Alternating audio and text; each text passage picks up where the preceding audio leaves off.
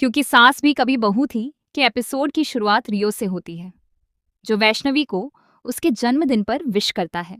वह उससे कहता है कि अपनी एक इच्छा मांगो और इस खास पल को खुलकर एंजॉय करो। वैष्णवी मुस्कुराती है और रियो के साथ केक काटती है। पूरे घर में जन्मदिन का जश्न चल रहा होता है, लेकिन इस खुशी के पीछे एक ऐसी साजिश छिपी होती है जो सब कुछ बदलने वाली होती है। फ्लैशबैक में दिखाया जाता है कि पार्थ ने वैष्णवी के लिए एक खूबसूरत बुके भेजा था, लेकिन रियो ने उस बुके से पार्थ का नाम हटाकर उसे वीरानी इंडस्ट्रीज के नाम से भेज दिया। उसने जानबूझकर ऐसा किया ताकि वैष्णवी को लगे कि पार्थ ने उसके लिए कुछ भी नहीं भेजा। यही छोटी सी चाल पूरे एपिसोड की सबसे बड़ी गलतफहमी बन जाती है। वैष्णवी रियो के साथ अपना जन्मदिन मना रही होती है और उसे लगता है कि शायद पार्थ उसका जन्मदिन भूल गया है। उसके दिल में हल्का सा दर्द जरूर होता है, लेकिन वह अपनी भावनाओं को छिपाकर मुस्कुराने की कोशिश करती है। तभी पार्थ हाथ में केक लेकर वहां पहुंच जाता है। उसे देखते ही माहौल पूरी तरह बदल जाता है। पार्थ को लगता है कि वैष्णवी ने जानबूझकर उसे नजरअंदाज किया है।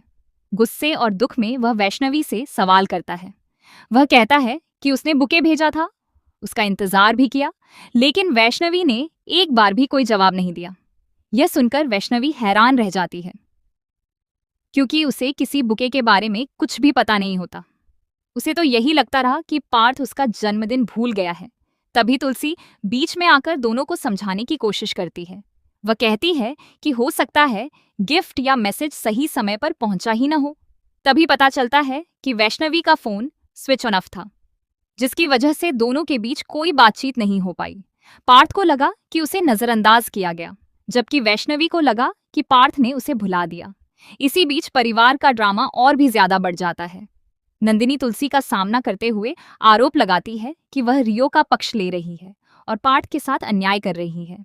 वह कर्ण के त्याग का भी जिक्र करती है और तुलसी पर भावनात्मक दबाव बनाने की कोशिश करती है। तुलसी भावुक जरूर हो जाती है, लेकिन साफ शब्दों में कहती है कि परिवार के सभी फैसले मिलकर लिए गए थे। नंदिनी का गुस्सा और बढ़ जाता है। वह कहती है कि तुलसी आज भी अंश के अतीत के अपराध बोध में जी रही है और इसी वजह से वह रियो का साथ देती है। तुलसी दृढ़ता से जवाब देती है कि उसे कोई अपराध बोध नहीं है। एक माँ होने के नाते उसे केवल इस बात का अफसोस है कि वह अपने बेटे अंश को सही रास्ता नहीं दिखा पाई। लेकिन नंदिनी उसकी बात मानने को तैयार नहीं होती।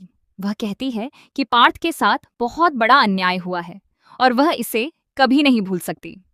तुलसी को महसूस होता है कि अगर हालात ऐसे ही रहे तो वीरानी परिवार बिखर सकता है। इसीलिए वह तुरंत मिहिर को फोन करके मुंबई बुला लेती है। एपिसोड का सबसे भावुक पल तब आता है जब वैष्णवी टूटकर रो पड़ती है। वह कहती है कि उसने कोई गलती नहीं की, फिर भी हर बार उसी को दोषी ठहराया जाता है। वह सवाल करती है कि क्या सिर्फ लड़की होने की वजह से उसे हर बार अपनी सफाई देनी पड़ेगी। तुलसी उसे संभालते हुए कहती है कि पार्थ बुरा इंसान नहीं है, लेकिन उसका गुस्सा उसकी समझ और बातचीत करने की क्षमता को खत्म कर देता है। अब सबसे बड़ा सवाल यही है कि क्या रियो की सच्चाई सबके सामने आएगी? क्या पार्थ और वैष्णवी का रिश्ता इस गलतफहमी से बच पाएगा, या फिर यह दूरी हमेशा के लिए दोनों को अलग कर देगी? इन सभी सवालों के जवाब जानने के लिए हमारे चैनल के साथ बने रहें।